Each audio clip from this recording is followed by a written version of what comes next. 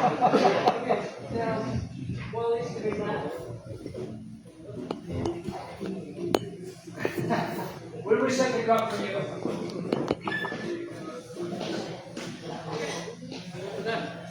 All right, so thank you, everyone. It's a pleasure to be here. Some of you, there we go. Thank you. Some of you probably live life day to day, which is wonderful. I live life project to project.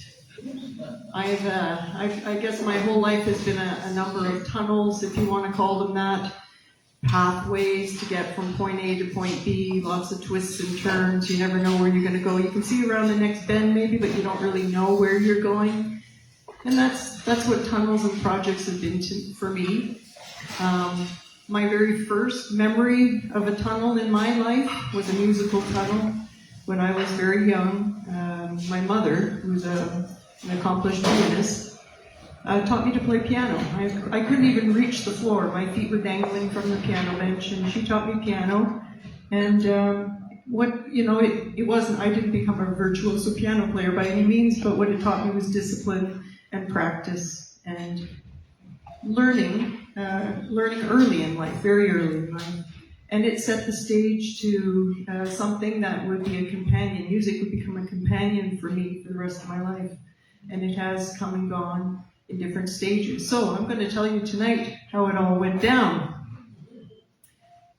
Okay, I've got less than 10 minutes. All right. So I started out playing the piano. And when I was in high school, I learned how to play the oboe, and I played in an orchestra. I learned classical music. I played oboe quite a bit. And then when the jazz band started, they needed a bass player. And I remember there was a concert in Dominion Square, downtown Montreal, where I was born. And we had a concert on the weekend of the week that they handed me a bass. And they said, Kristen, you're going to play bass at the concert at Dominion Square in Montreal on Saturday.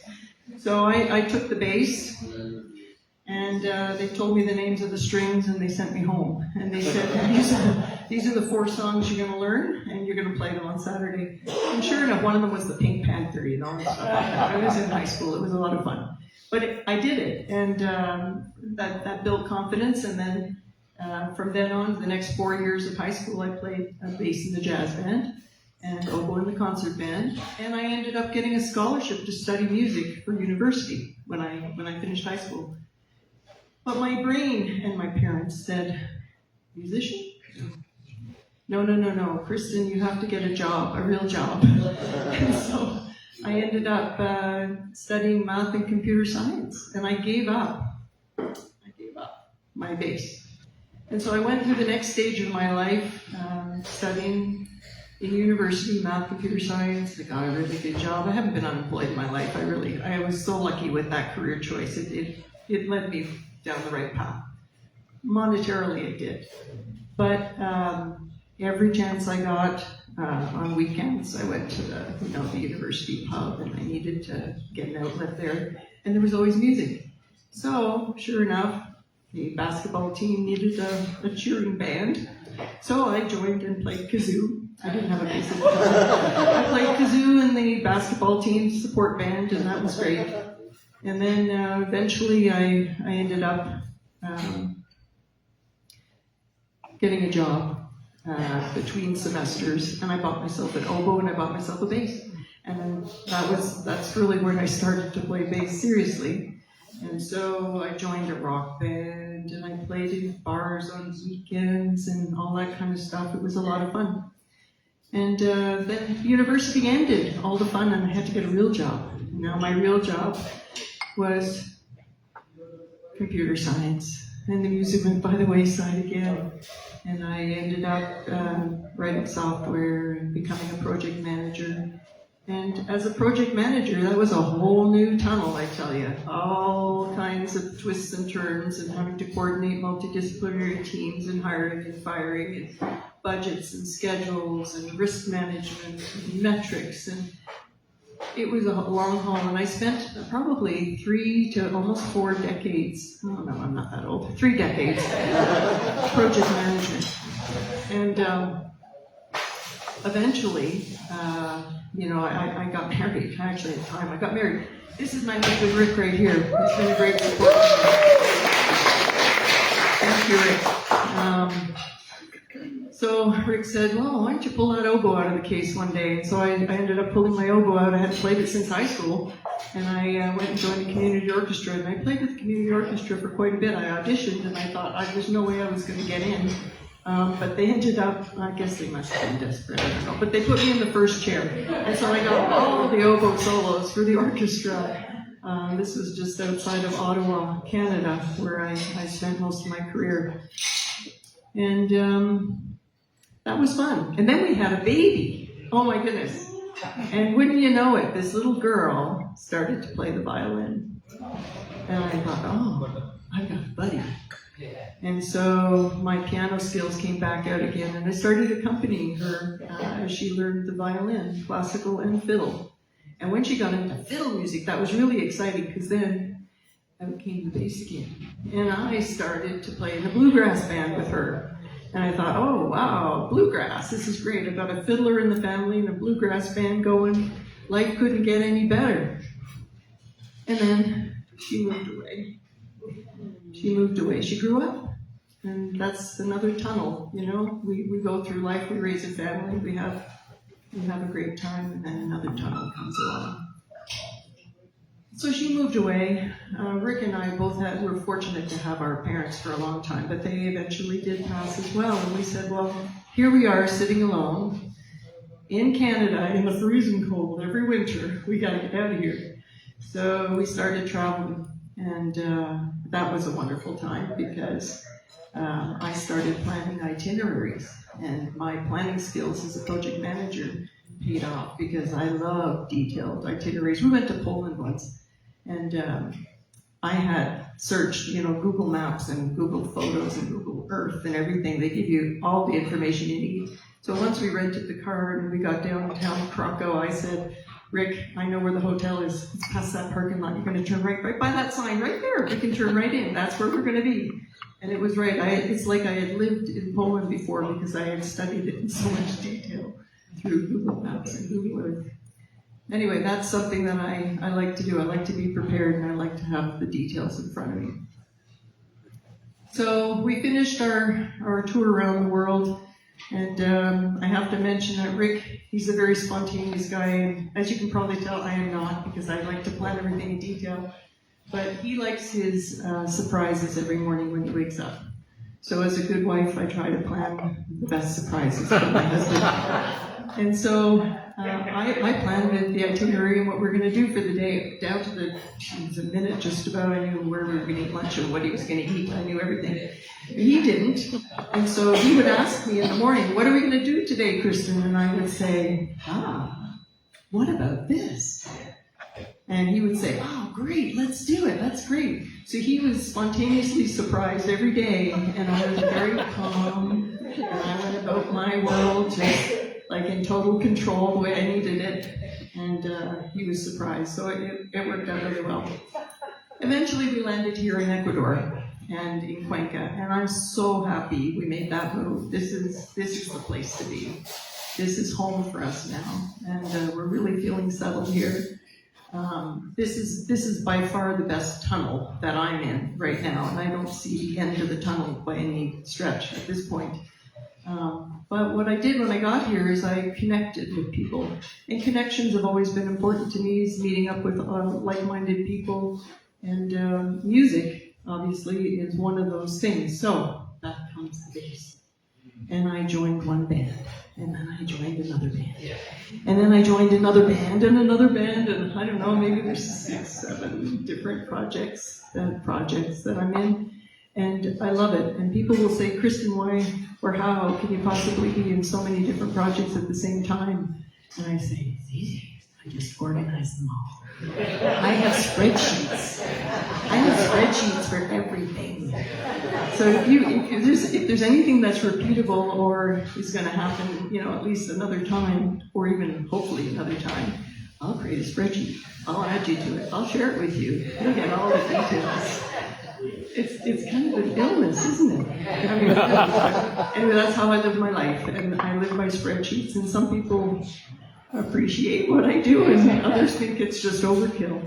But I certainly, I can survive that way. And what it's taught me is that even though I had all these skills that I learned for decades back in my professional career, you know, they haven't left me. I retired. I'm retired now. I'm not a project manager anymore, but all those skills are transferable. They've now grown from managing deliverables to managing memories and events and moments that I can share with people and pulling people together. Another example is the hiking group that I do. I have a hiking group that goes every Friday, and I love to plan the itineraries, the routes, the transportation detail, where you're going to get picked up, what time, you know, who's going. I do all of that because I need to. That's how I survive. And I enjoy it so much. Family reunions are really big for me. I'm the one in the family that does all the reunion cookings and getting people together. I just love it when I can bring people together in one place and see the moments happening, the memories being created. So the light for me at the end of the tunnel isn't at the end of the tunnel. It's everything that you drag along with you on the voyage through the tunnel, the connections, the experiences. And I think every one of us has that. And I'm not waiting for the end. I'm just living the passage. Thank you very much for listening.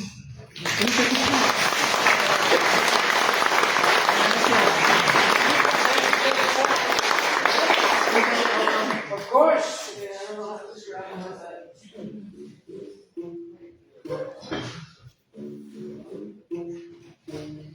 You recognize it? Yeah. It's Beatles. Okay, you got it.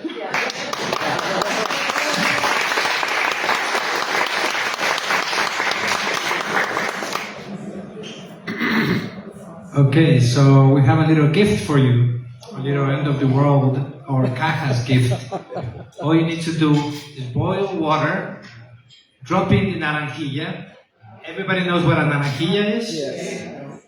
No? Who said no? Kathy. There's no naranjilla in England. Well, I'm sorry, I'm opening your gift. I'll just show you what's in here. Passion fruit, maracuya, naranjilla, which I don't think there is an English name for it. Naranjilla, this prickly little thing. It's very prickly. Canela, we have shumir. So, and if you want sugar, you definitely need to have sugar, or panela, or honey, and then you just drop in all the shumir in there, and then you just make canelazo. You did forget to put your glasses on.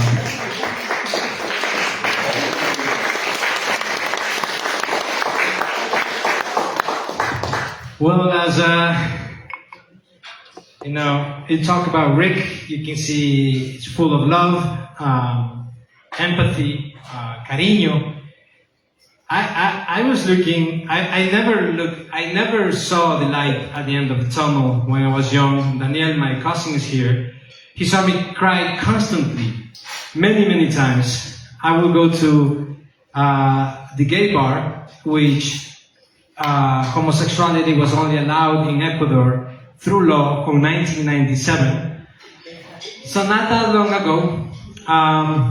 And there was one time where I went to see this very cute, skinny guy. I would follow him around from bar to bar, from gay club to gay club. And the party was good. Party was really good. But it wasn't until like maybe 2 o'clock in the morning where the owner, who is called Tato, for some gay men, you probably have heard the View by Tato, the only essentially gay disco in Ecuador, in Cuenca. Tato was telling us to jump through the window because the police was outside and we didn't want to get arrested for being gay. We were there until 6 o'clock, 20 people in a tiny little room, very, very cold. We didn't have alcohol. We were very, very cold outside, hiding away from the police. All because I went to see that skinny young boy named Flaco, who was my light very, very far at the end of the tunnel. Because though I spent hundreds of dollars on beer, because my friend Luis will always tell me, if you buy me a beer, I'll take you to the group and I'll present you to Omar. I will buy a beer, he will take the beer to the group, and they will be like, you can come and join us, but I was so shy. You may not think so, I am so shy that I wouldn't go to Omar. So I would keep buying beers. I probably spent hundreds of dollars to meet this guy. I can tell you that I have the light now. It definitely, when I achieved that light, I noticed that the tunnel was very, very, very, very long. So we're still going now together on that road. I try to surprise him every day. He absolutely hates surprises. Hates surprises. I want to do spreadsheets, but I'm really bad about it. I'm like, my spreadsheet is like 10 notebooks, and I don't know where anything is. But it's great to have partnership, it's great to have community, it's great to have Omar. So a little bit of light there. And I've been 2 minutes on my story, so now I'm on a change. Second, I already forgot. Gerald, you already know Gerald because he is part of ACT. ACT is absolutely wonderful, is doing a job that I wanted to do when I came to Ecuador, which was theater. But sadly, Ecuador keeps, not only Ecuador, the United States, Argentina, so many countries in the world keep cutting funding for the arts, for music, for artists, especially theater. Because theater, it's actually you have to go sit down, listen, read, and it takes a little bit more. It's not just like music, you can listen to rap or hip hop and you're okay. Theater really actually asks you to go to that place, to sit down, to appreciate the artist. It's really annoying, and I really appreciate the work you're doing. I really appreciate the work that ACT does, because one time somebody said this, the only time when you see God, it wasn't a spiritual thing, he just managed to think this way. It was when the people clapped, when the play was over. And why did you manage to see God? Because that was the only time that everybody got together and noticed that everybody who was doing costumes, who was doing lights, who was doing music, Mike, who's going crazy around, Larana, who is at the bar selling stuff, Bradley, who's helping raise funds, all of them, in that instant, in that club, they're all together, celebrating the beauty of theater, the magic of theater. That's when it comes together. So I appreciate that I've seen you at ACT, so thank you for doing that, thank you for bringing that to the community, and now we'll bring you Jerome to you guys. The light at the end of the tunnel. Steven, vamos a licenciar a Jerome, por favor.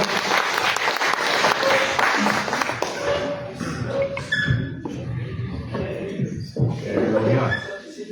All right then. So my story starts in the 80s. Now most of you are too young to remember them, so I'll paint a picture. Michael Jackson sang Bad. Michael Jackson was still alive then. George Michaels sang Faith. George Michaels was still alive then. Madonna sang Like a Prayer. Madonna was still alive then. Now some of you might think she's still alive now, but I haven't seen anything from her recently, so who knows. There was also a whole thing going on regarding gay marriage. And that was, we want gay marriage. We want the right to have what everybody else has. But there was a second belief, which was, we're men. Men are not monogamous by nature. They become monogamous by marriage, but not really monogamous by nature. And so I was in the second group. I didn't care about gay marriage. I thought that was a waste of energy for us. There were too many other rights we needed to get. And so that was sort of painting the picture of the 80s. I joined a singing group that traveled down to, we would do the Catskills during the winter, or during the summer, and Florida during the winter. And had a great time. It's a good group to sing with. I ended up, once the group had gone on beyond me, just enjoying South Florida. Had a great time there. At one point, I was asked to be in a drag show.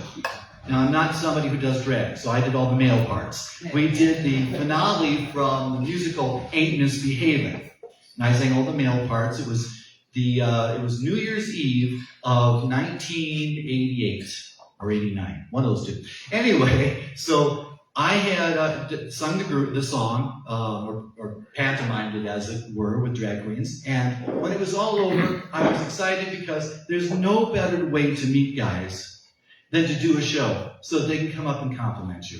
So I walked around the bar. No one complimented me. No one talked to me. Nothing. I sit down at the bar finally after a while, and one person turns to talk to me. And he shows me a little magic trick. We get to talking a little bit. Finally, I said, so what'd you think of the show? He says, oh, I missed the show. I came in after. The only person to talk to me. But that was Daryl. And Daryl and I hit it off extremely well, like really, really well. He was attractive. He was interesting. He was a pilot. He was HIV positive. So not everything was perfect. But he had this weird thing about being HIV positive where he was being studied because he had it for a long time. There was a belief at the time, you get it, you're dead in a year. And he had been lasting for an awful long time.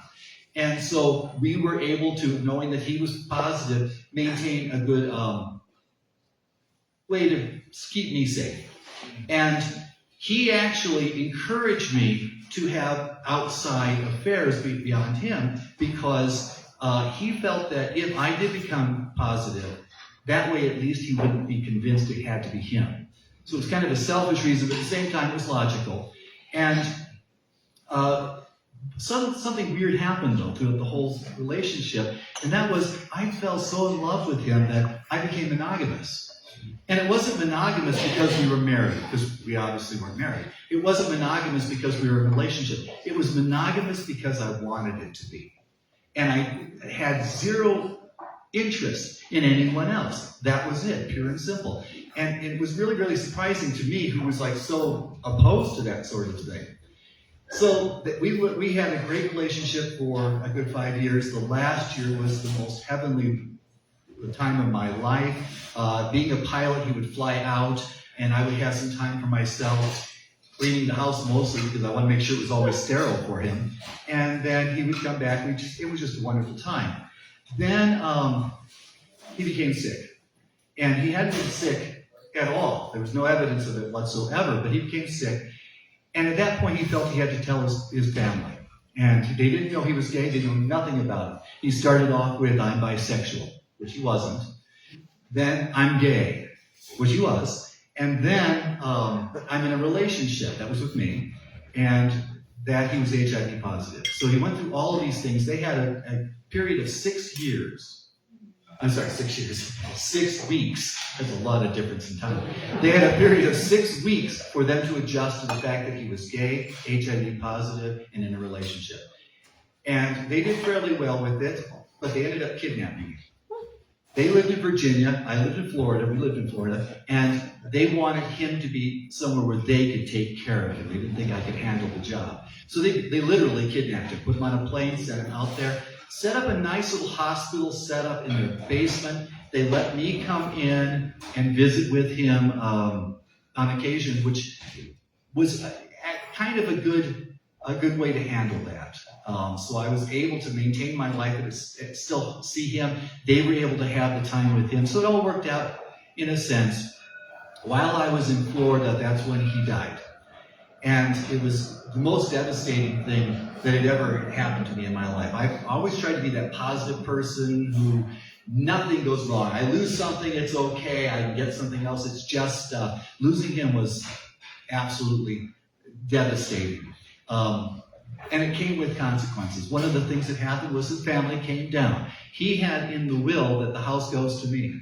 And they took that literally. The house is mine. All the stuff inside, however, was open territory. They took everything of value, and they said to me, if you complain, we'll just bring a truck down and take everything. And I didn't care. I didn't care because the only thing I wanted was gone. So that whole thing was ended. I did have good friends that tried to take care of me. At one point, they wanted to take me out to a movie, and dinner and a movie, and we had dinner, and we were just a little late for the movie, and I said, I don't want to go. I don't want to go. The next day, they said, it's a good thing you didn't go. The movie was Philadelphia. Now, those of you who don't know it, it's a movie about AIDS.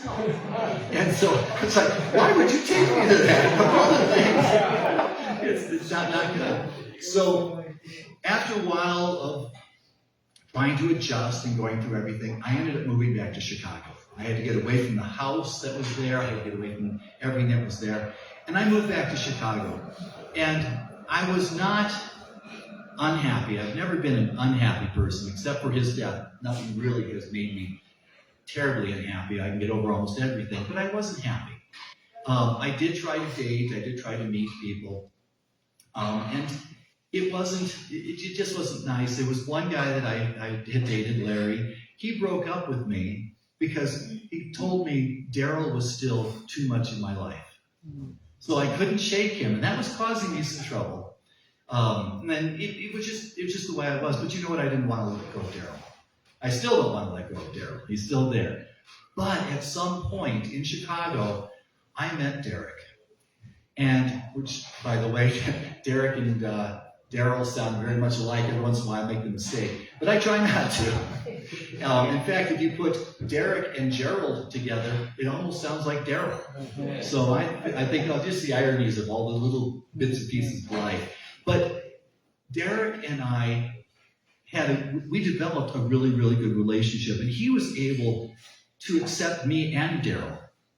But I was also able to start to let go of Daryl. So we worked out things really, really well. Unfortunately, we could not get married. It was illegal. Then, all of a sudden, California, marriage was legal, just in California. And that lasted for a while, not long, just a few months, when the federal government said, nope, we're going to make marriage illegal, even in California, no choice. However, if you've already been married, you will be grandfathered in. You're still married, but no new ones. So in Chicago, domestic partnership became legal. It wasn't marriage. It was sort of a compromise. And in order for us to apply for domestic partnership, we had to prove things like, do we own a car together? Do we own a house together? Do we have a will together? There was so much paperwork we had to go through. If you were straight and you were claiming you were married, you didn't have to go through all that stuff. But we did. And we were afraid that, like California, they'd yank it away from us at the very last minute. So we ended up doing it as fast as we could. A little while later, they decided on civil unions. And we're like, okay, it was a bit of an upgrade. You didn't need all the paperwork. But it still gave you some legal rights, which we wanted to have. I didn't want to have his family or my family come in and take everything after we had died. We don't want those things to happen again. So there are rights and privileges to being married that we wanted. And so we did the civil union. And we did it as fast as possible. A while later, the most unthinkable thing in the world happened. Gay marriage became legal. And we thought, jump on it. Jump on it right now because we don't want to be Californian. So we went and we got married. We were going to just go down and have a ceremony. And we've been married twice already so far. This is my third marriage to the same guy. So we went down and we were going to get married at the Civil Hall and just get it done. And a friend of mine, she says, oh God, no. You're getting married. You're going to have it at my house. We had this big house in the suburbs with flowers at that time of day. It's beautiful. So we got married at that place. It was so wonderful, so supportive. One of the most beautiful weddings. And it only cost about $2,000 total. So that's the way to go, I say. It was a beautiful wedding. I had one of my students from that I taught was a chef, and he catered the whole thing. And it just way to pull his family and my family. This is the only time they ever came together. His family, by the way, very, very MAGA and very, very conservative and very, very Catholic. And they were freaked out by the fact that it was a Catholic priest that married us. So what I'm trying to show here is that after all the things that happened, good and bad, what ended up happening was I found somebody when I thought there'd be no one to find. And marriage, which was not available to us, suddenly became available. That is the light at the end of the tunnel for me. is the fact that I was able to find that relationship, find that commitment, and finally find myself living great.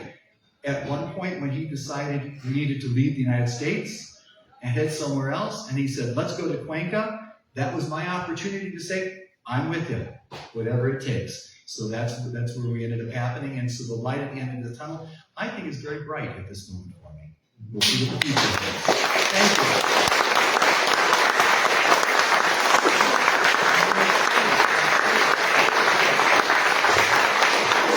No, I can agree with that. I don't know what it was. Maybe 3 years ago, we saw a sign that went up on this house, which was really old, and we saw on sale. And then we decided to purchase. Well, not like we had money to. I decided to purchase it. We spoke to my mom. We asked the price. They said 53,000, and I was like, "That's a great price." So I told my mom that we had a couple of savings, and she said, "I'll give you half." She's always been the light at the end of my tunnel. So thank you, Mama. And we definitely purchased the house. But before we began construction of this house, we needed to do something really important with Omar. I didn't want, if something happened to me, I didn't want my mom to come and be like, I don't know who this skinny guy is. This is my home. This is mi casa. So we needed to get married. Not marriage, like unión de hecho, which is the same thing without my beautiful white dress. I really wanted it. But it is difficult to be gay in this society, and we're only coming up to realities that we didn't know. And it's complicated. It was so complicated that when I was in Manhattan Southern High School for science and math on the east side, I was going out with a beautiful Ecuadorian girl. Her name was Maria. She was in love with me. I couldn't stand Maria. So we kept kissing on the stairs, on the fire escape. And I guess I enjoyed kissing at first. I was a young boy. And then I didn't enjoy kissing her. And I knew she was allergic to mustard. So I would eat packets of mustard before going to the fire escape stairs. And it took like 3 days that she was like, I don't think this is working. I was like, you're my life. So there are funny ways to do life at the end of the tunnel. The other one that wasn't so funny, I went to college and I also had a beautiful girlfriend. Her name was Christina. And she figured out that I was gay when I took her to see Brokeback Mountain. And then I was crying during the film and she's like, you're ridiculous, I'm breaking up with you. Yes! I'm glad I don't have to hide anymore. I'm glad I'm Andres and I'm happy to be Andres and I'm happy to be gay and I'm happy to have a beautiful husband. So next up, happy to have Larana with us. Let's reset the clock. Muchas gracias, Larana. You all know Larana. She was in a play too on ACT. She killed it. They told me I couldn't go, but she killed it. Thank you. For those that don't know, in English my name is Larana. In Spanish my name is La Rana, and it is a joke that keeps giving. My mother did not speak Spanish, but she, I'm sure, would be delighted if she knew what my name really meant. Thank you for having me here today. As you probably noticed, I'm a black woman, and I brought my cultural blackness with me tonight. And I was raised in the Christian tradition, and if you were in black church, there'd be this thing called call and response. This is my history tidbit for the night. Amen. I would say a frame or sing a frame, and you would respond if you knew what the appropriate response was, and you always knew the appropriate response. So we're going to try that tonight. There's a song that's part of my childhood. And I'm going to start it. Let's see if you guys can practice your cultural blackness tonight. And if you have the appropriate response. This little light of mine. You guys get membership. You guys get membership. As a child growing up, that song, many of the songs that we sang had hand motions. This little light of mine. I'm going to let it shine. And there were stanzas. There were many stanzas. Won't let Satan it out. I'm going to let it shine. Hide it under a bushel. And the kids would say, no, I'm going to let it shine. As I got older, and you know, you get to this chapter in life called retirement. My definition is I can do whatever I want to do. Isn't that why you two retired and are here at Cuenca, Ecuador? I have lots of time for reflection because retirement for me was about owning my life. 24 hours a day, 7 days a week. And in that time of reflection, I said, maybe those were lessons to live by. Maybe what was happening in that indoctrination was really giving us some tidbits of how to live. And I've thought that thing many times in the past. I have this little light. It's mine. And what am I supposed to do with it? Church people. And then life happens. And the imperfections in the way that we love sometimes hurts. You pick up hurts, disappointments, the pain, the sadness, the rejection, the disappointment, the betrayal. Insert your form of heaviness. And somehow, I don't really know exactly when it happens, but somewhere along that line, life gives up that reality that we started with. This little light of mine. And we say, but it's not shining real bright. And life is busy because I'm pursuing education and career, relationships, marriages, children, responsibilities, divorces, hurts, more layers upon layers upon layers. And every one of those hurts is like putting on a new blue shirt. And before long, that light is a hope, but it's way, way, way out there. It's way far away. There's a light way out there at the end of this tunnel. And I was living that life. The hurt relationships, the people in my life, because there's parts of me that can't love so good, and that rubs off on some of the people that come in contact with me, and their light starts dimming too. And the magic thing that happens is life. It's the blessings in the tragedy. And I had the opportunity of going home and my firstborn and participating in this wonderful thing of matrimony. And during that time, I said to my dad, "You ain't looking so good, old man." Yeah, a few tests and, a little something going on. I don't really know. And by the time I reached home back then, it was in the Macon, Georgia area of the Deep South. My father was diagnosed the day after I returned, stage 4, terminal inoperable esophageal cancer. And he and I spent the next few months together, walking in my mind, learning how to walk the last few miles with someone and do that well, and that was not the truth. It was 12 days before he passed away that he and I had a conversation.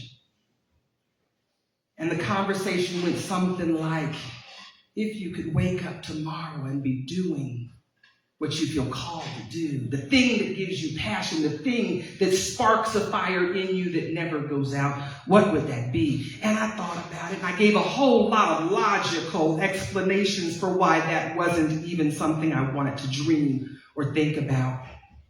And he says, yeah, but what's the answer? And I thought real hard, and I thought real long as I sat there on the side of his bed. with my head up against the bed. This was a man that knew he was dying. Didn't know when, but knew it was going to be soon. And as I settled into that thought, I began telling him this vision about community. And it was just kind of a bug in my spirit, kind of like when you just pick up assignments in life and say, it's mine, just because I decided it was. It was how do we fix this thing called community? Because I really, down deep inside, feel like we need that thing. And I began sharing with him a vision. And he let me do all that talking. Now, that was after I said, well, I go on vacation. Yeah. When you got done with that, like, what would you be? And as I shared that story with him, he listened patiently. And then he asked me a question that would change the trajectory of my life. He says, why aren't you going to get up and do that tomorrow? No matter what I could come up with, and I'm real good at coming up with scenarios and explanations, but every bit of it was about fear and guilt and insecurities. And he says, well, what would happen if you just fix that first? I said, all that would be left then would be a choice. If it wasn't about the fear, I don't know if I can. Or the insecurities, maybe I'm not the right person, maybe I'm not good enough. And I thought about that. And life went on, but that resonated with me. And it tied into a lot of other things. But then we start remembering this little light of mine. What are we supposed to be doing with it? I'm supposed to let it shine. And what if I removed those things that was causing my light not to shine? And that passion for me about how do we heal community began to pivot. And I realized that the Lorana part of community was what I could absolutely control. And what would happen if I began removing those layers, kind of like those layers and layers and layers and layers that block the truth from coming out. And healing became a passion. What would happen if we healed the fears and the guilt and the insecurity and then decided to live life that felt honest and passionate? You see, my father said, here's the lesson for how to live life, while I thought he was teaching me how to die without flinching, with dignity. He says, here's what you do. You live life fully today. You live today with no regrets. You do the things that you feel called to do today. That's it. No big picture, just today. You leave today saying, I'm at peace with God and I've done everything I can do to be at peace with others. And you leave today with no regrets. Now, my father had a corny spirit. I don't know if I picked up any of that, but probably so because I'm Charles Hughes' daughter. And he says, and if you wake up tomorrow, you do it again. And if you don't, you will have left here with no regrets. Doesn't mean you finished everything. It just means you're done. And if that were to happen, or the day that it does, know that I really like living because I like them retirement checks and I'd like to keep getting them. But if it's my time to go, I'm ready for that too. And if I wake up tomorrow, I'll do it again. And if I don't, and the day that I don't, put me in a Ziploc bag and throw me out back, I'll be done, and don't hold me up for what's next. But he was talking about being light. But the part that took me a while to integrate was that lightness requires lightness. Like the opposite of heavy. There's a prophet, music means stuff to me, and there's a prophet called Erykah Badu, and she says, if you carry around these heavy bags, they'll eventually slow you down. And so the work of healing for me has been about removing those boulders that weigh us down.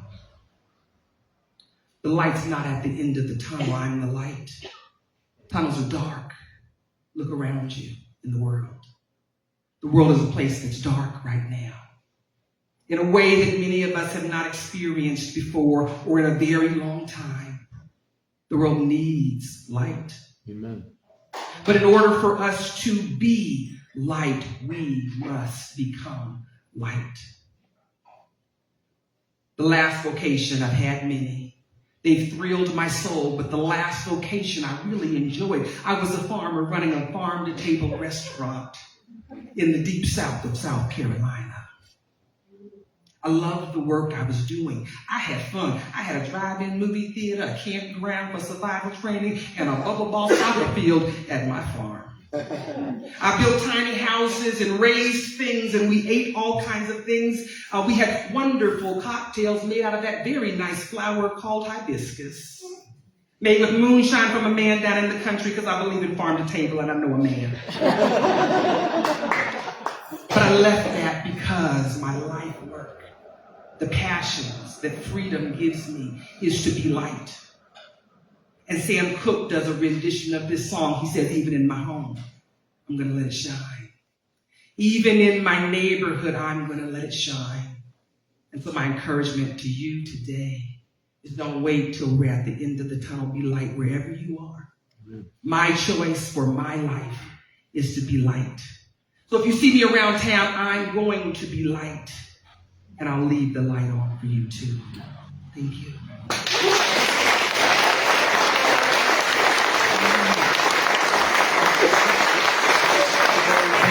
Thank you so much, Renata.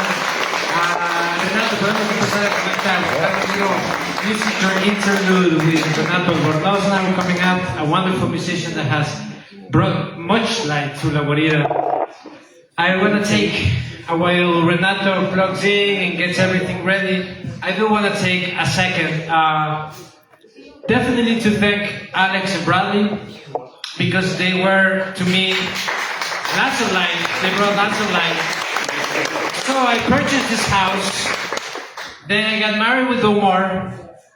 And then this wall from this side was going to follow the tranvía. And then I was going to be in big, big trouble. And now it was my home. And it was Flacos' home. So we had to do something about it.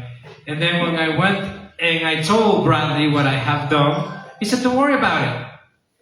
We can help you. So he was light. And then we came up with this idea of asking for loans. And many of you were just like, dude, why can't you see the road? We just,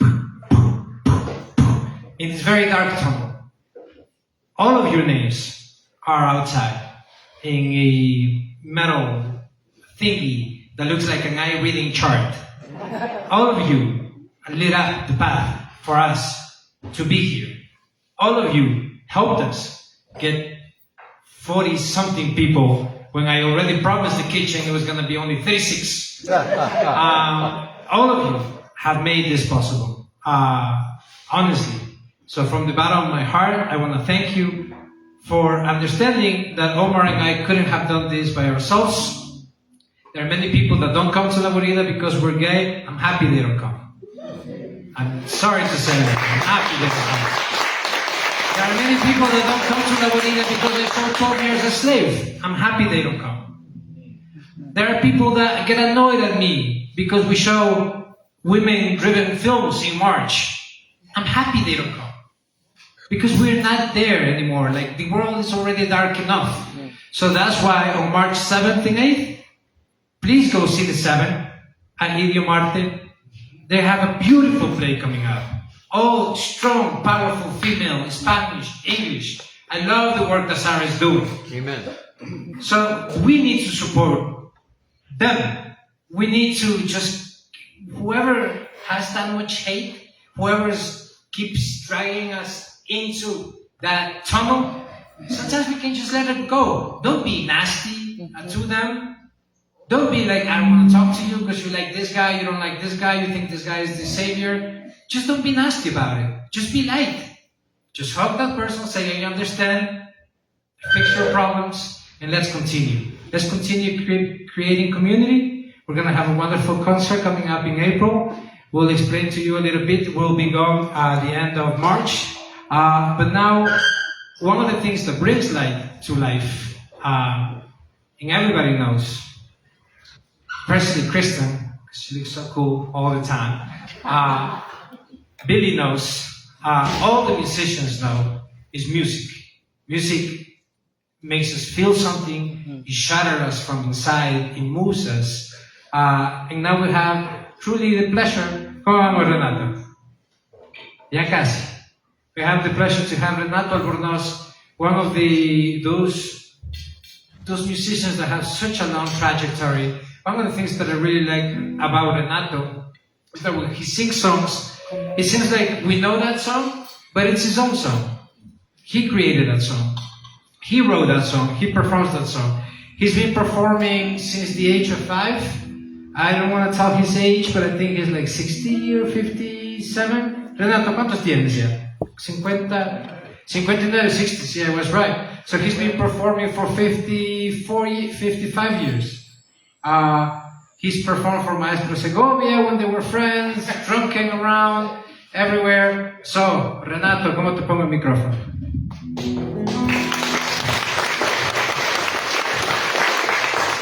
And he just released an EP recently. Me no English. Music doesn't need language.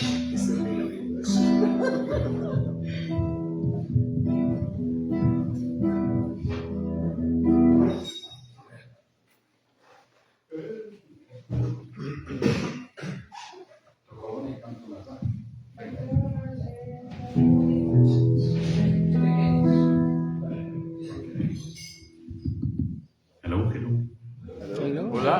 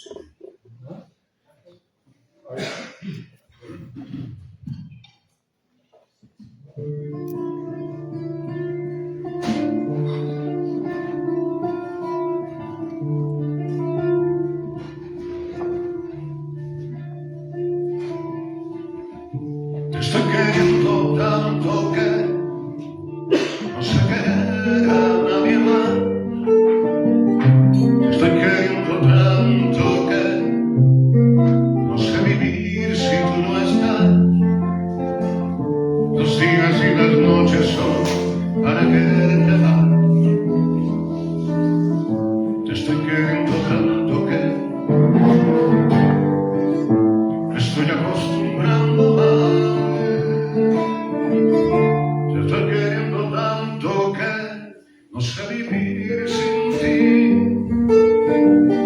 Te estoy queriendo tanto que yo soy feliz y eres feliz.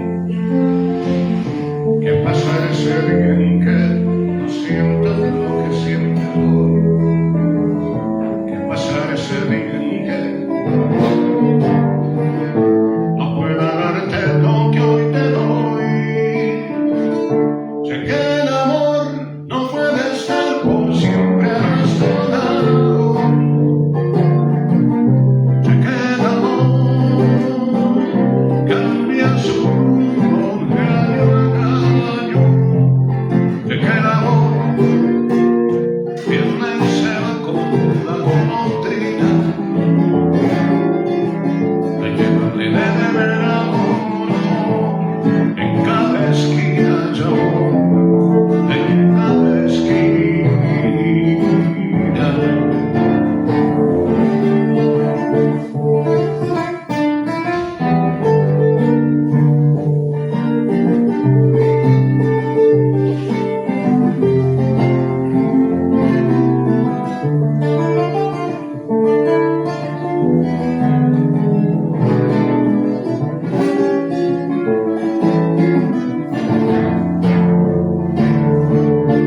Estoy queriendo tanto que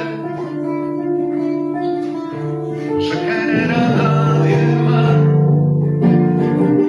Te estoy queriendo tanto que soy feliz y eres feliz.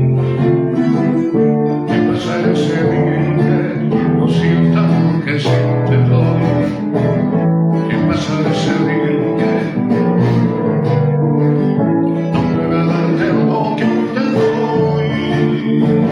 Sé que el amor no puede estar por siempre a nuestro lado. Sé que el amor cambia su curso de año en año. Sé que el amor viene y se va como las golondrinas. Hay que darle de beber amor en cada esquina, de amor, en cada esquina.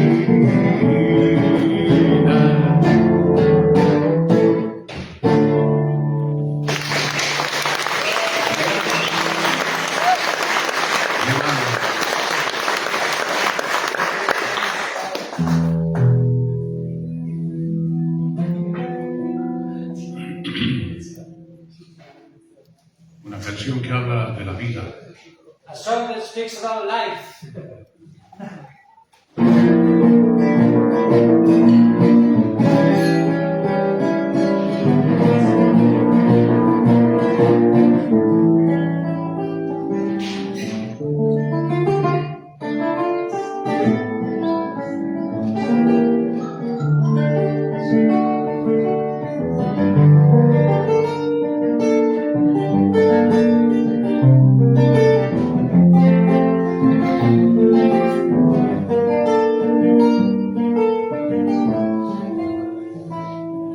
La vida viene,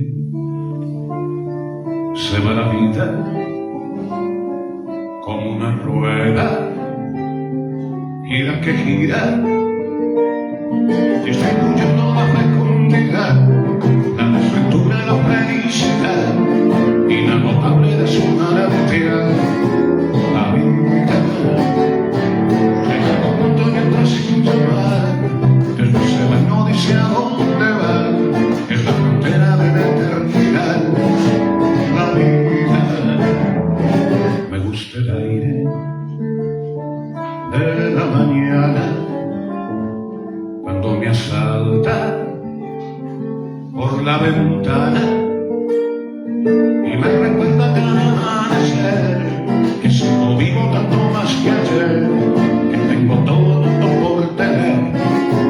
La vida y que las cosas a mi alrededor son consecuencia de lo que yo soy, que a cada quien le paga su valor. La vida, ay, na, na, na, ay, na, na, ay, na, na, na, ay, na, na,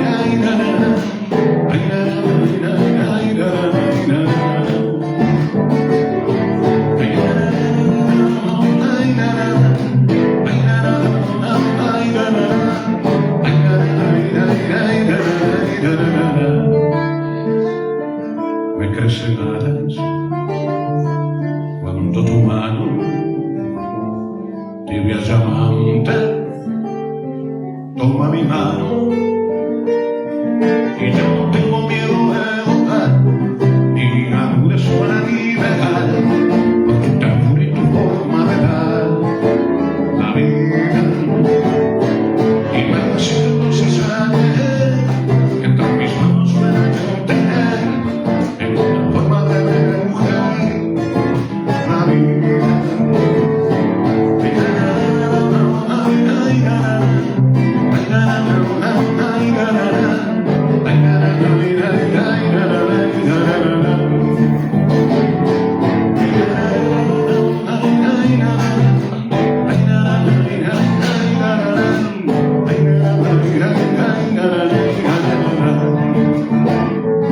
Tengo canicas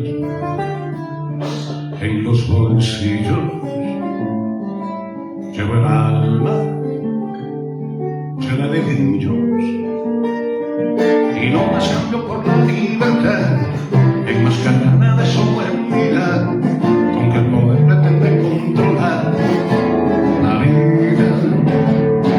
No somos libres que por amor, libres que tanto más que por amor, no vale nada si no es por amor la vida.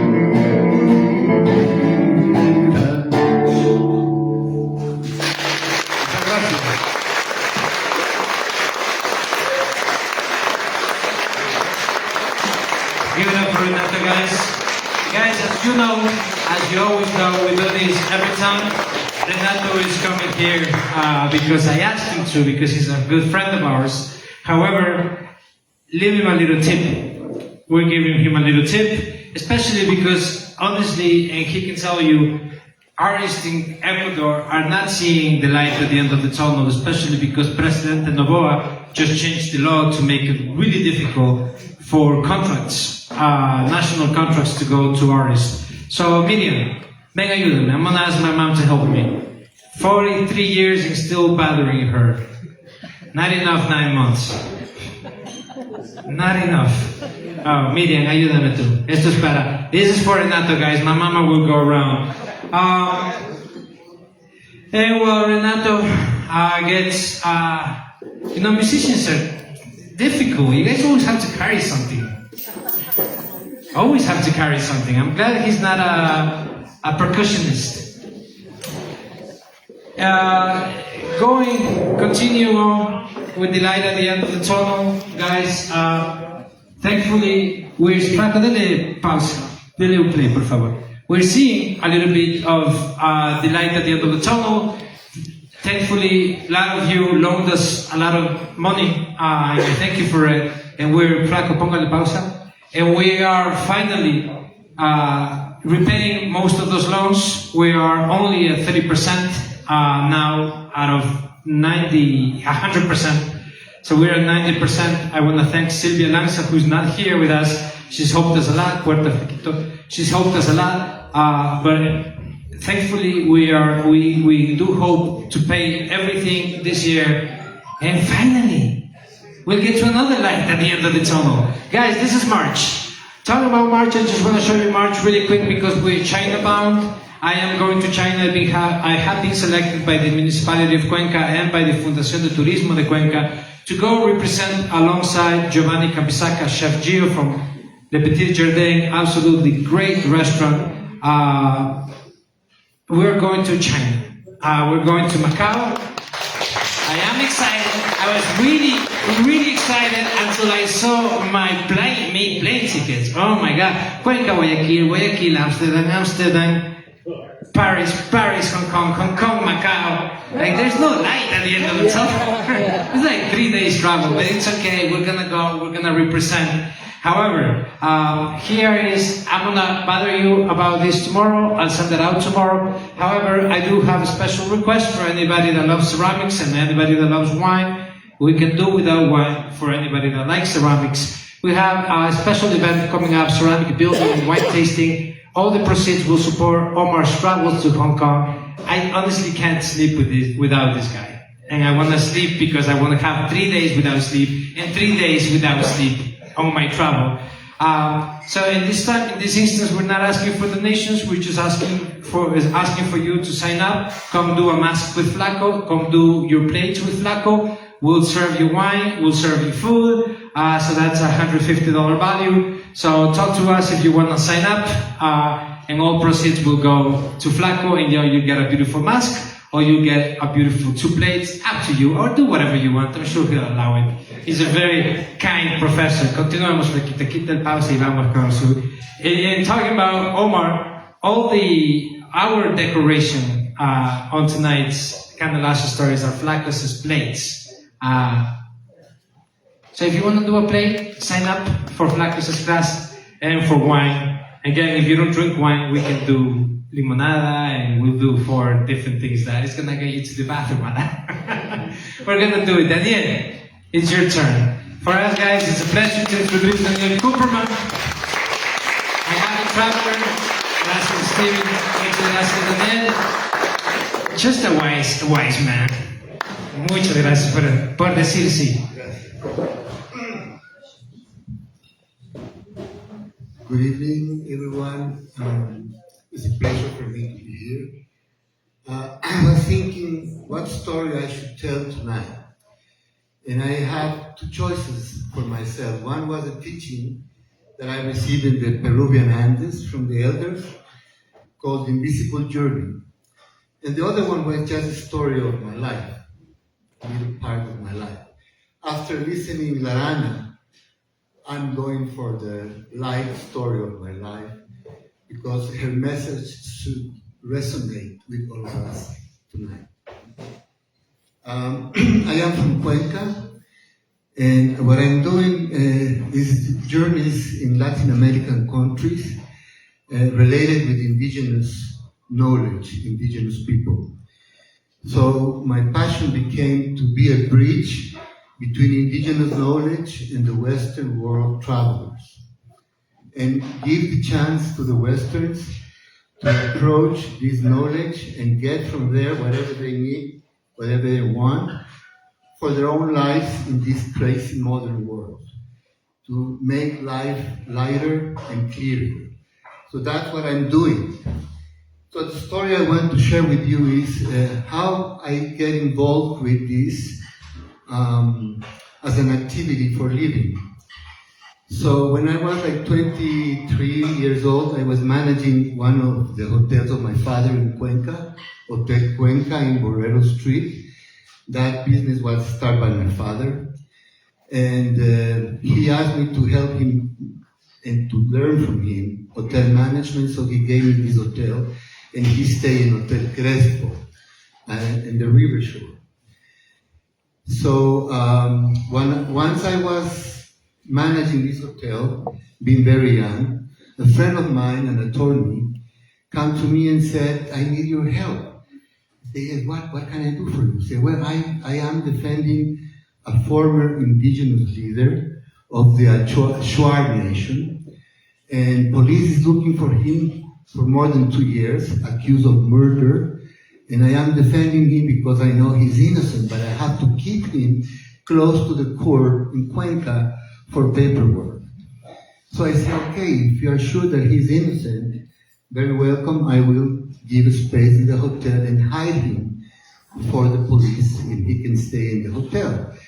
So he stayed in the hotel for 5 months, while the lawyer was doing all the paperwork. So during those 5 months, I became very close friend of this indigenous former leader. And one night we were drinking rum, and we got drunk. And when I was drunk, I started talking about a big sadness that I was living that moment in my life, that I couldn't have children. I got already 3 years of marriage, and I was looking for children with my wife, but I got a problem that not allowed me to have children. And we were trying all kinds of treatments and hormones and this and that, and it didn't work. So I was living with this sadness, and I shared with him, being drunk, saying, I know I am living this problem. And he said, okay, brother, don't worry. My father-in-law is a very powerful Shuar shaman, and I will call my two wives, two sisters. He was married with two sisters, and that in the indigenous cultures of the Amazon is a perfect match because there's easier living because the two ladies know each other very well. And it's not an issue about being macho, having two wives. It's not that the implication of this tradition. It's just to have a better life. With two women at home, life is much, much better. Everything, more food, is more children care, is more company, more fire, more chicha, more everything. So that is the implication. It's a better quality of life for the whole family when they can afford having two wives. So he was married with two sisters.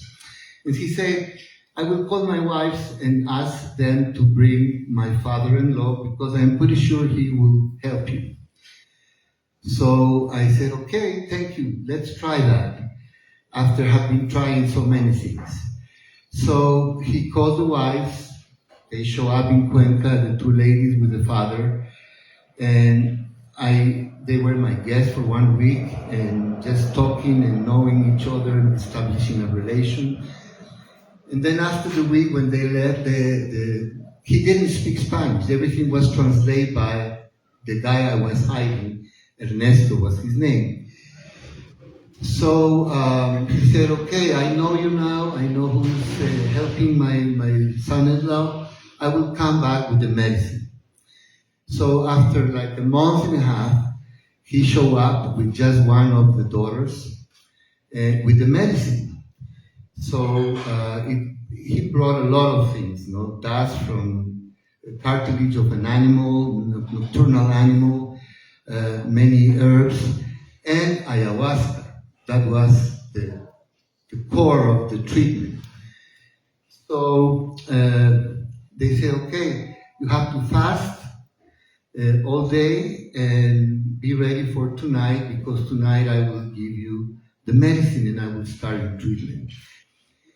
So I was living just with my wife. I called a friend of mine and said, please come and spend with your wife the night at home because I don't want my wife to be alone.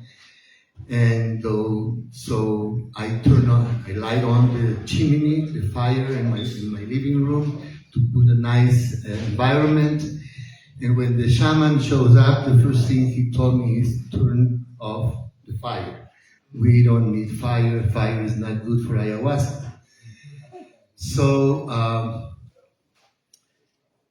I got fasting all day. So he started blowing and blowing in the medicine, in the cup, and whistling and blowing. And then after a while, he offered to me. I took it. It was my first time, so I was a little bit nervous getting this plant. And then I lay down and I start feeling, after 35, 40 minutes, I start feeling cramps in my stomach and dizzy and weird. And then colors start showing up, geometric patterns, and the shaman starts singing. And then suddenly I have some visions. And then suddenly I got deep sleep. While I was sleeping, the shaman started soaking below my belly button. Below my belly button, started soaking and soaking. And soaking. But I was sleeping. I was deep sleeping, but my wife and my friend and his wife were looking at me. And they said next day that he was soaking on me for maybe a couple of hours.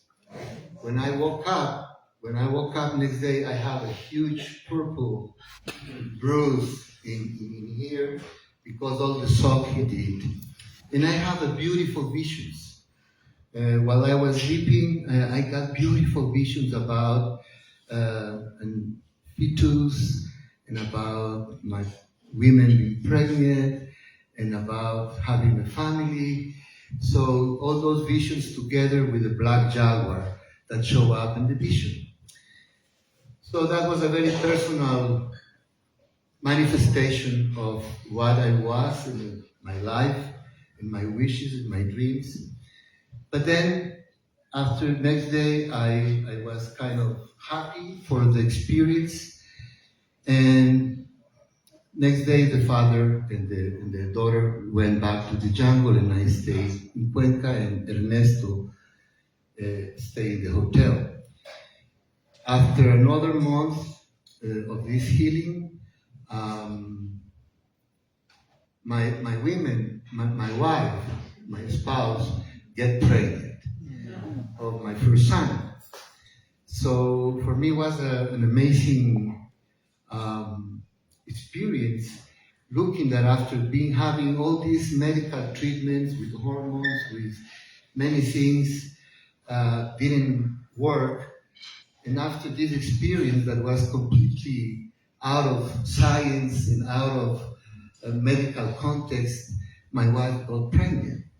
So I started feeling something about indigenous wisdom, indigenous knowledge, since that happened to me.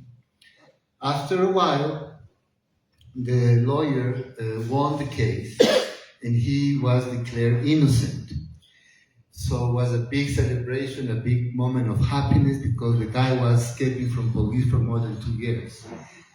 And he said to us, okay, my community is waiting for me, because he used to be the vice president of the Shuar Federation. Wow. So he was a man with prestige.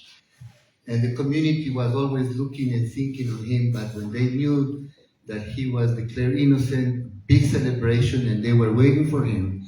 So he said to the lawyer and to me, you are the two guys, the two friends that really helped me.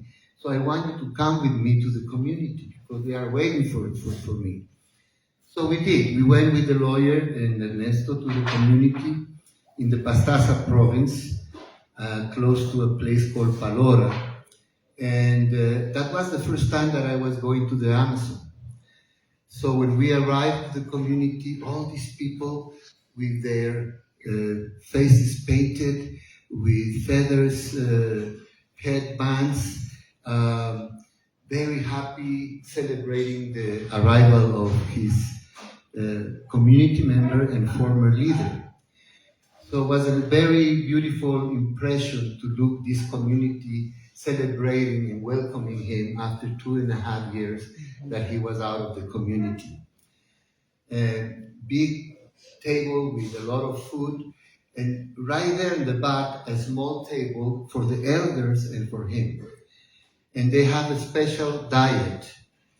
They were not eating the same food that we were eating with all the community. So I asked, why is that happening? Why is not joining us? Say, because the elders have to take him for a purification tomorrow, and they have to eat a special diet, and tomorrow he will be fasting. So, okay, we spent the night, it was beautiful, sharing and making friends. Next day, the elders took him and invited us to walk with them until the river. They crossed the river walking with water on the waist. They crossed the river, and we stayed in that shore because just the elders and him went across. And they keep walking on the other side, and they get lost in the forest, because on the back of that forest it was a waterfall. So I asked, what is going on there? They said, well, the waterfall is a place where the spirit of Arutam is God, and the waterfall and then the giant trees and in quiet places on the lakes is easier to make contact with Arutam's spirit. So they are taking him to a waterfall for him to make contact with Arutam and to have a purification. So what they gave him there, we knew that next day. What they did with my friend is they gave to him datura.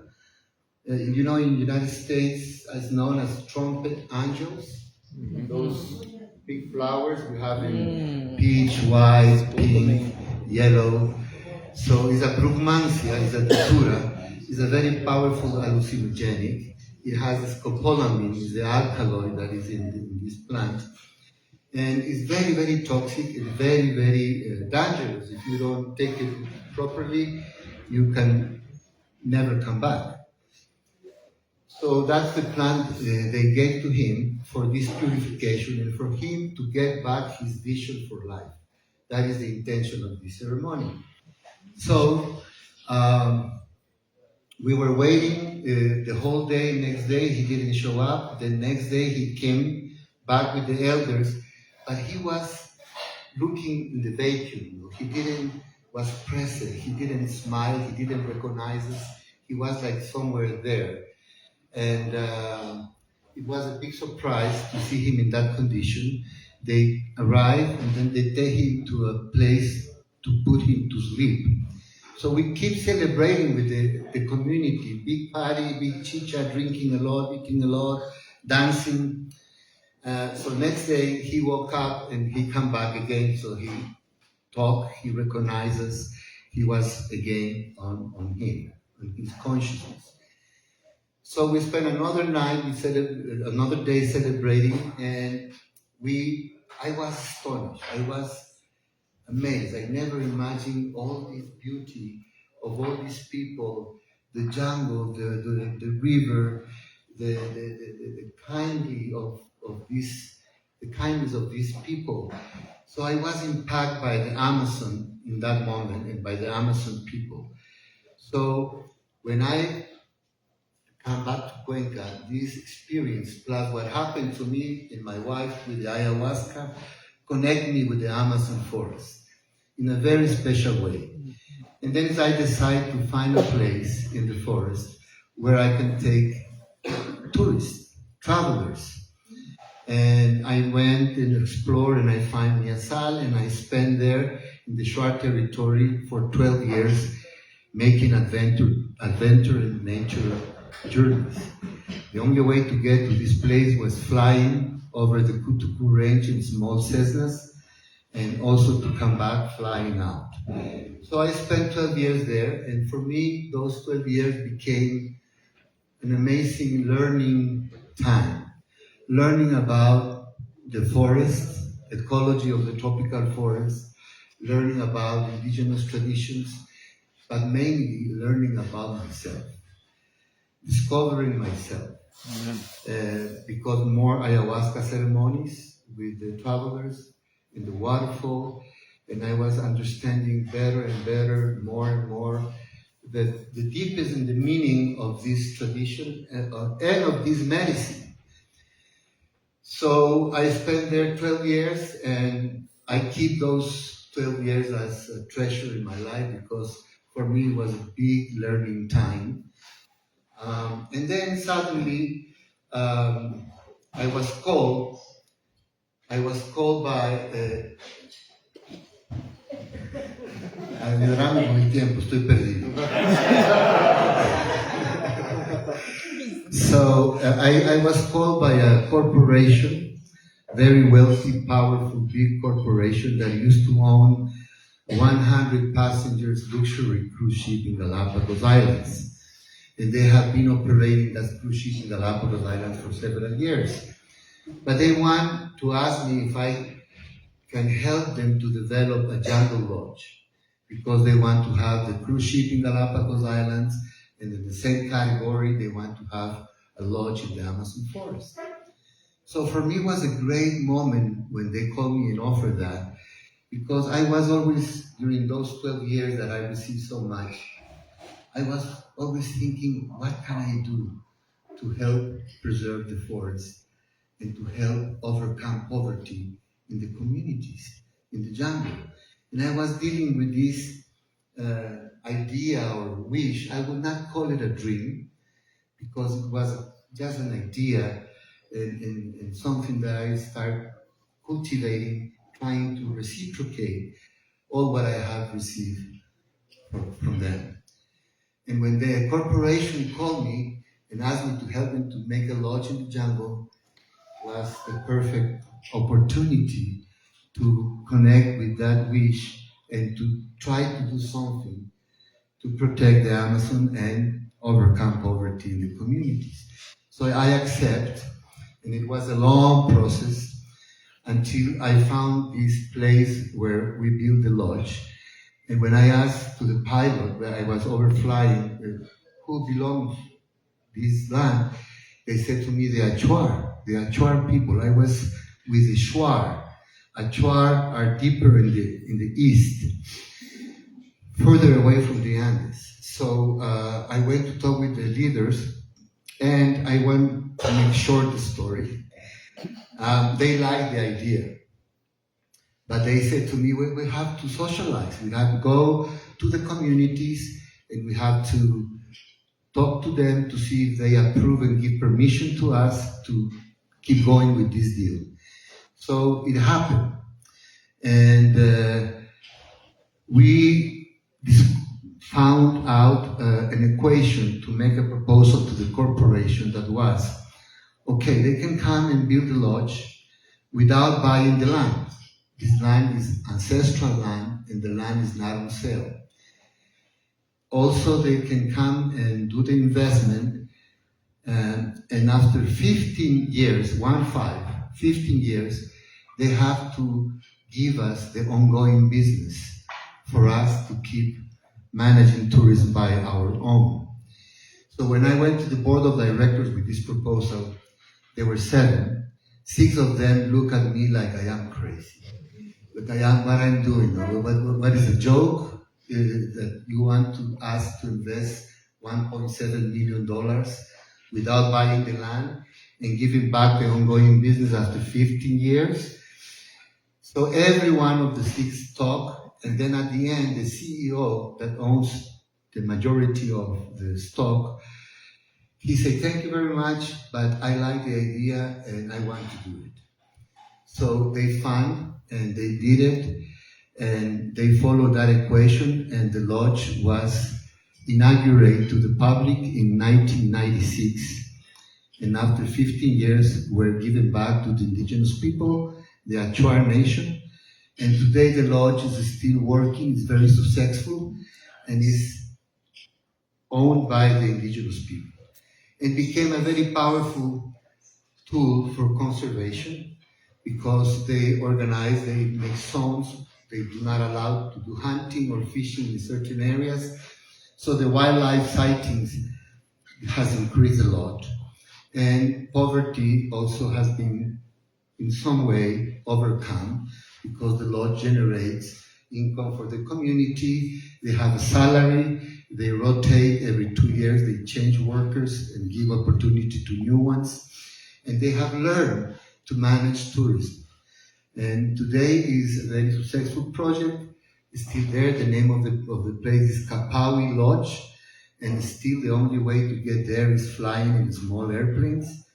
That is an amazing project, and that's the way I am involved with the Amazon forest for 43 years since then.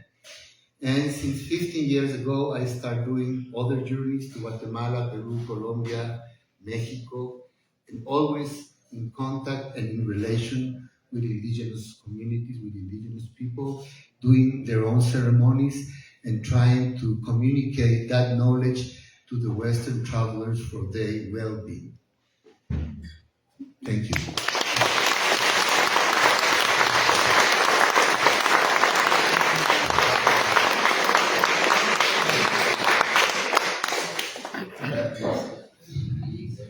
This is Daniel. I took mushrooms when I was in college. That was an interesting trip. And I figured out that life was connected according to my crazy experience. And then I did it again, and then it kicked my butt. And then I decided not to do it until I actually was able to successfully do things correctly and follow the teachings.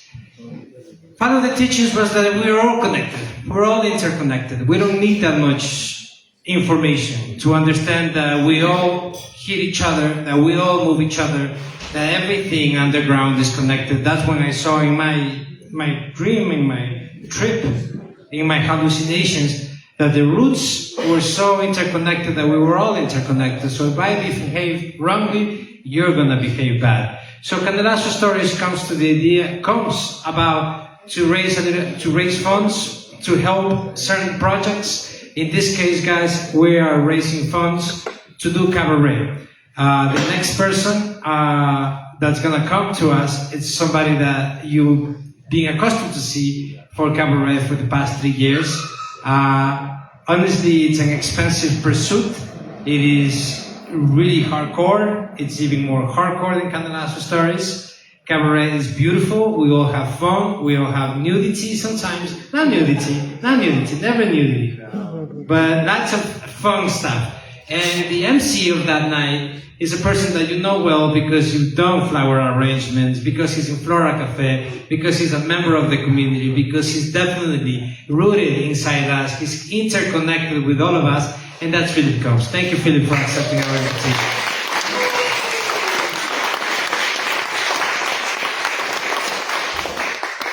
And by the way, he is the third-time club member of Canelazo Stories.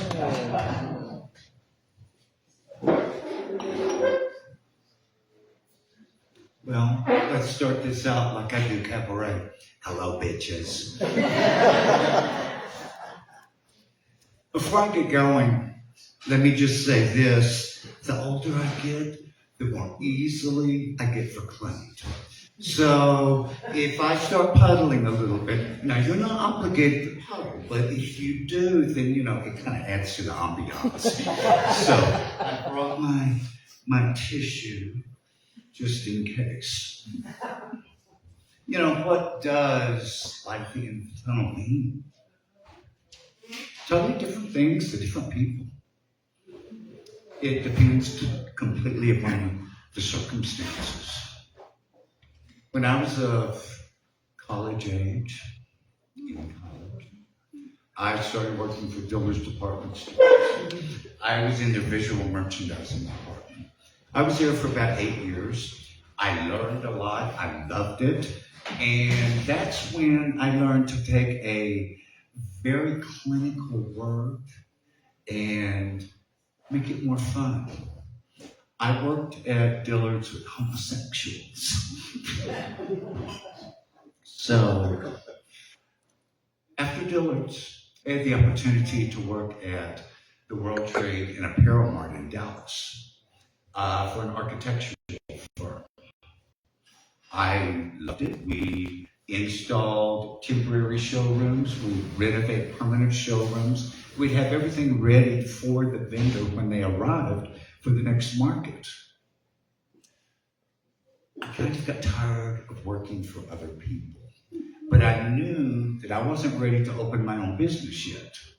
So I saw an ad in the paper for the most prestigious event studio in Dallas-Fort Worth. They needed to hire someone. I embellished my resume heavily. I would have hired me in a heartbeat, let me tell you. And went on the interview. The interview was going great. I could see that light at the end of the tunnel. And then they said, well, why don't you make us a floral design? I didn't know how to do that. I had no earthly idea. So they said, just go into the cooler, pick what you want, and make whatever you would like. So as I was going into the cooler, I was kind of side glancing to see what the people in the design room were doing. I made the arrangement, and shockingly, I got hired. One of the main things I learned when working there was how not to run a business. Money was just flowing in and out of that place willy-nilly. It was just shocking how much money was wasted. I did, after that, open Philip Combs Design, an event studio, and we were successful quickly. I could pay the bills within just a very few months and had a marvelous studio, large, perfect space for warehouse, for design, for meetings. After a while, I decided I want to buy a house, move my studio into the house, rent a warehouse for our production work, and so that's what I did. I rented the studio space from myself, which the company paid my mortgage, And that worked out beautifully. I could see the light at the end of that tunnel. I was going to be wealthy. Woo-hoo.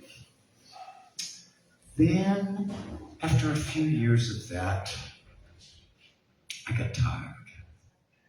It's exhausting running a business, being a workaholic, working odd hours, never having a 9-to-5 position.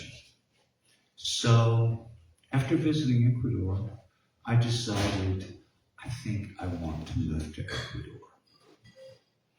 I made a 3-year plan and started working on it, getting things in order.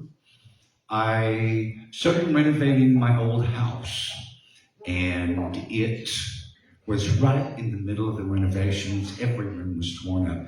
Painting was happening, the floors were being redone, the exterior was being scraped. The doorbell rang, all of my cats ran. They always would run when the doorbell would ring. And there was a gentleman standing there, and he said, I heard that your house is going to be on the market. I'd like to see it. And I said, well, I'd love to show you, but you can't see it right now. It's torn up, and I don't want you to see it in this condition. So I got his contact information, and he was back the next day, rang the doorbell again, and made me an offer. And I said, I appreciate it, but I'm not letting you in yet. So he was the first person I called when the house was completed. He made an offer. I counter-offered. He accepted. He bought the house turnkey ready and even bought one of my cars. So there was the light at the end of that tunnel. Oh, another thing in the contract, I got to continue living there rent-free for 6 months. And so that gave me plenty of time to conclude my affairs in the States, get everything ready, all 7 cats included, to move to Ecuador. Put my business on the market, and there was a bidding war. You know, there was that light at the end of the tunnel again. It was working out beautifully. I moved to Cotacachi, absolutely loved it. It taught me how not to be a workaholic. But then after a while, Cotacachi grew much too small. Way too many differing political opinions that were shared loudly. And I decided, okay, it's time to sell this house and move to Cuenca. Again, light at the end of the tunnel. The first person that saw the house bought it for asking price. Turnkey ready. So I just moved to Cuenca with cats. One of the best things about Cuenca was I met someone. I fell in love. He had a job. He owned his house. He was brilliant. He was funny. He spoke English and had an incredible name. Santiago Rafael Cisneros Lara. We've been together for almost 5 years now. And he is my light. He truly is my light. Right after I moved to Cuenca, I met a wonderful couple. I went on a farm tour. Juan Carlos Velez and Rosanna Mallow. Went on the farm tour. Juan Carlos said, oh, Philip, come see me in my office. So I made an appointment. They offered me a job. And so for almost 7 years, I've been helping out some in the marketing department. Right here, not at this location, it's an old location. La Guarida is where I started teaching floral design classes. This was 6 years ago, probably, and it continued for quite some time. Pandemic happened. We stopped the design classes, couldn't leave home. Then Rosanna called me one day and she said, Philip, don't tell Juan Carlos this, but I have leased a house. I'm opening up Flora Cafe. It's going to be a combination florist, cafe, gift gallery. And she said, I want you to help me get it ready. So I helped her.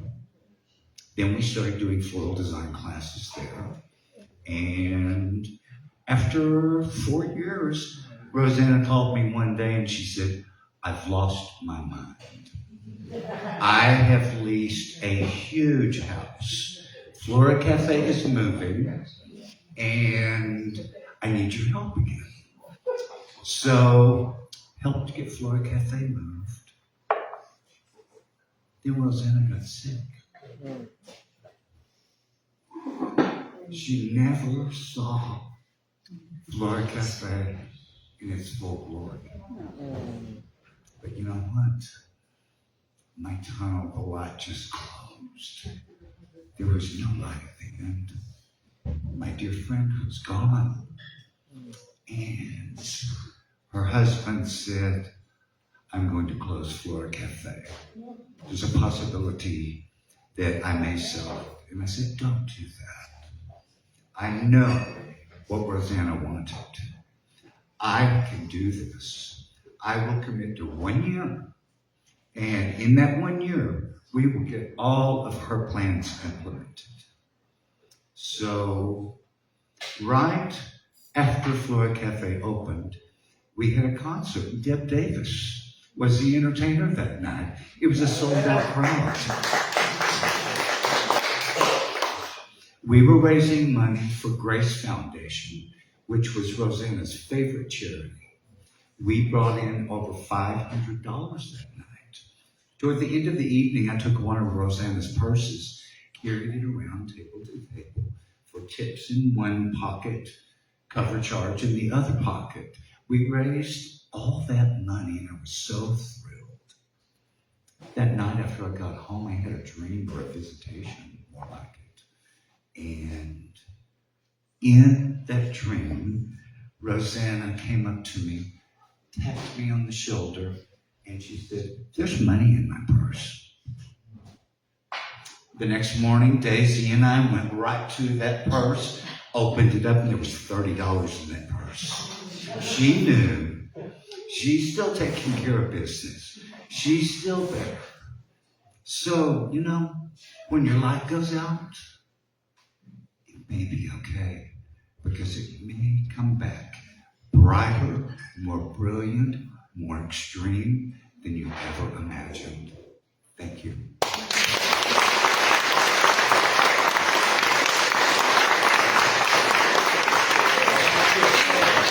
Thank you, Julie. Philip, it will be the 4th year in a row that we're going to do cabaret. But I'm not going to hang from... It was difficult, my shoulder is still out. Well, guys, I hang from that thing. I do everything because, you know what? My mama just told me this and I never knew. When I went to the United States for the first time when I was 15 years old, when I arrived in New York, it was cold, it was horrible, it was miserable. I went with a bucket, she tells me. I don't remember going with a bucket.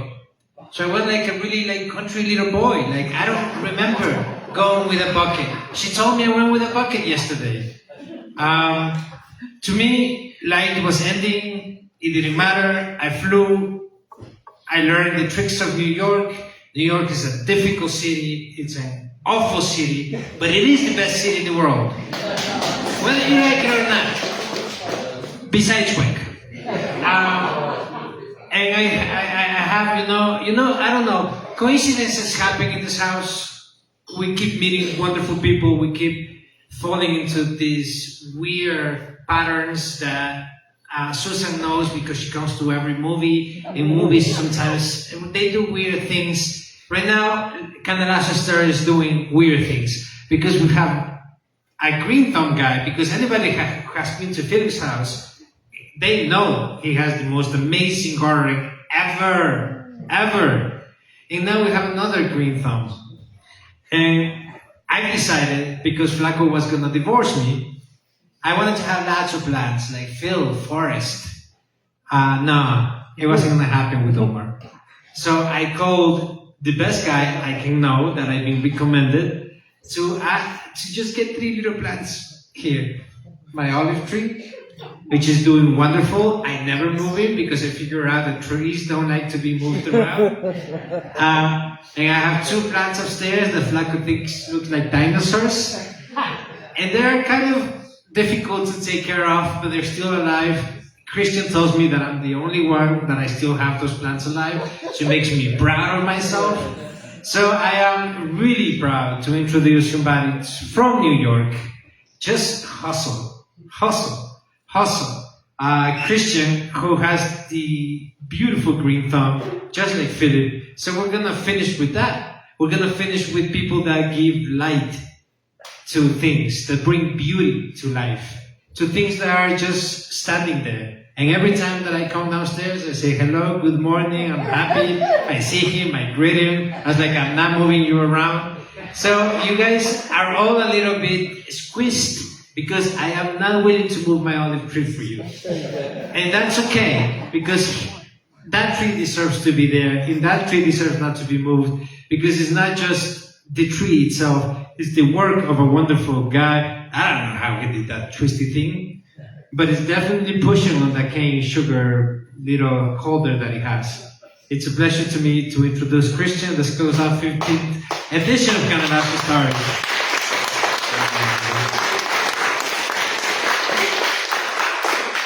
Hi everyone, my name is Christian Rojas. I probably have fixed your terrace for you or designed the inside of your house for some of you, with plants and everything. I was born here in Cuenca, and I was 2 years old when my parents took me to the United States.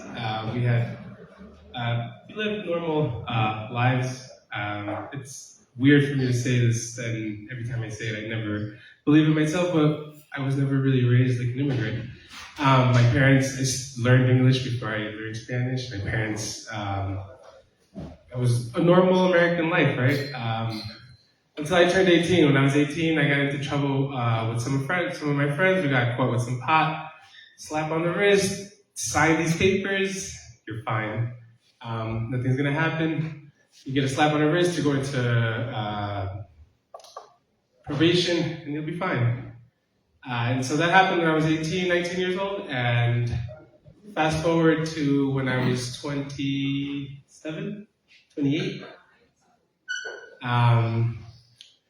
My wife and I were getting married, and February 14th, 2019, ICE shows up at my house at our apartment, and they knock on the door, and my wife had just walked out. She was going to get her hair done. We were going on our honeymoon the day after, and ICE picked me up on the day before our honeymoon on February 14th, and I spent a year and 4 months fighting my immigration case because it was total bullshit what happened, and it was the craziest times. Having been locked up for a year and 4 months in Bergen County Jail was something I don't wish on anybody. And when I was in there, it literally felt like there was no light at the end of the tunnel.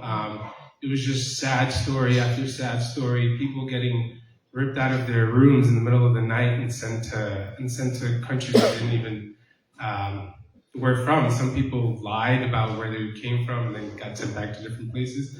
But when I was in there, it was awful. It was awful. It felt like there was absolutely no light at the end of that tunnel. And when I was in there, I started meeting also some of the most amazing people, kind of like the people that I've met here. And it was daunting times. And after a year and 4 months, COVID hit, and we were locked up in our cells for 23 and a half hours a day. And we were only allowed a half hour out so that we could eat, make a phone call, and shower. And then they would lock us back in for 23 and a half hours a day. And then we did that for 2.5 months. Those were the most miserable 2 months of my life. I really thought that I was gonna die. They thought about hurting myself. It was just an awful time. There was literally no light at the end of that tunnel. I remember calling my in-laws and my wife every night, and I was like, get me the fuck out of here. Like, I don't want to be here anymore. Give up everything. I don't want to deal with another day of being locked up and just being treated horribly. So finally, after months and months of fighting and begging to be released, they finally let me go, and I was able to get out of Bergen County Jail, and we went to pack up our lives. And in December 5th of 2020, we moved to Cuenca. The light at the end of my tunnel has been this community, the people that I've met here, the work that I do, bringing green things to life. It felt like there was absolutely nothing that I could do here that was going to bring meaning to my life. I really thought that there was nothing that was going to bring me that joy that I felt being in New York. The first year here was absolutely horrible. But then I met people like Andres, people like Kendall, people like Nikki, Brian and Jason, and all these wonderful people that make this community best. And like all of you, I think I'm living at the end of my tunnel in this new place that we're all at. And I really, really, really love it here. And I hope I get to do more plans for more of you. And I hope I get to see you guys around. Thank you.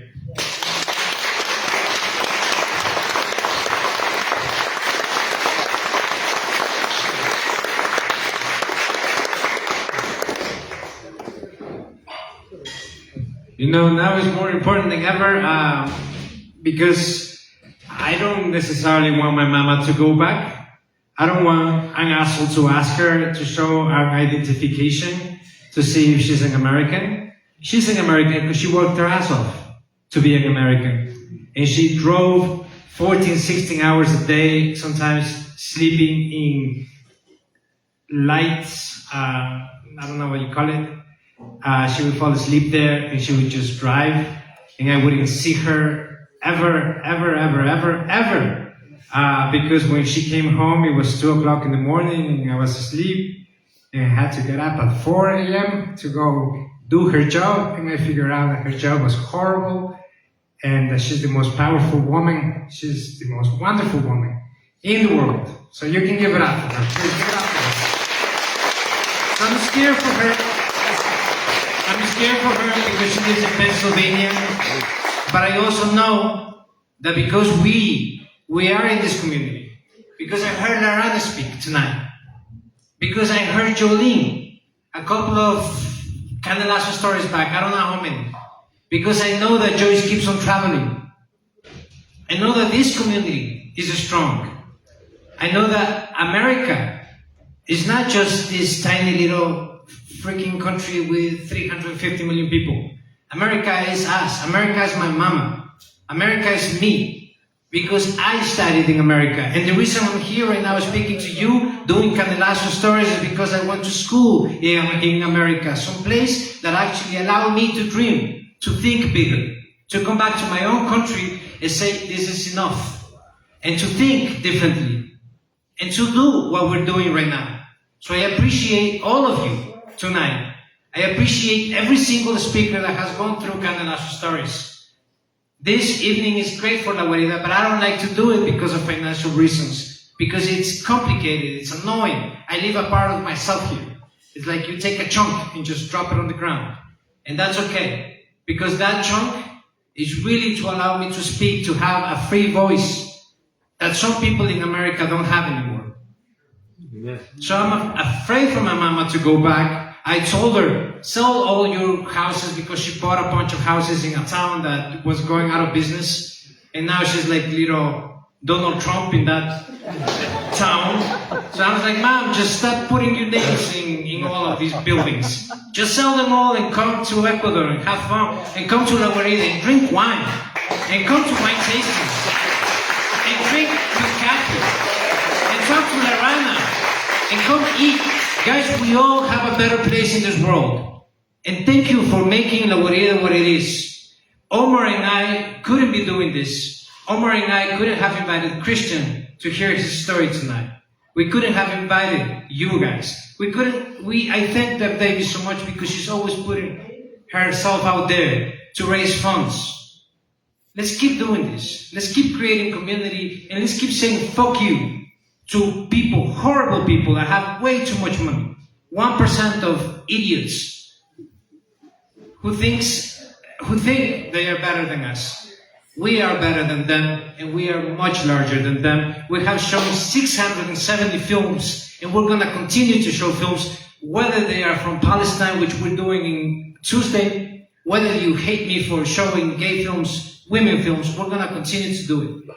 So for those people who are not coming to La Guarida for that, they gotta look within themselves. I don't hate them. There's no hatred here, but we gotta hug each other, especially in these dark times, because just like Lorana said, we gotta find somewhere to light that match, light ourselves, and light that fucking tunnel, because it's way too dark right now, and we need each and every one of ourselves. So Janet, thank you so much for coming back to Cuenca. We'd love to have you here. Barbara, thank you so much for coming back to La Guarida. Everybody, thank you for being here. This is La Guarida. This is a cathedral that you helped us build, and I am very happy to be a gay man, to love my husband, to go and end this night so I can hug this guy, because I love this guy, and I love my mother, and I love each and every one of you. Thank you for the work that you're doing, Daniel. Thank you. And thank you for the book that you're writing, Susan. This has been Canelazo Stories, guys. Thank you so much. We love you.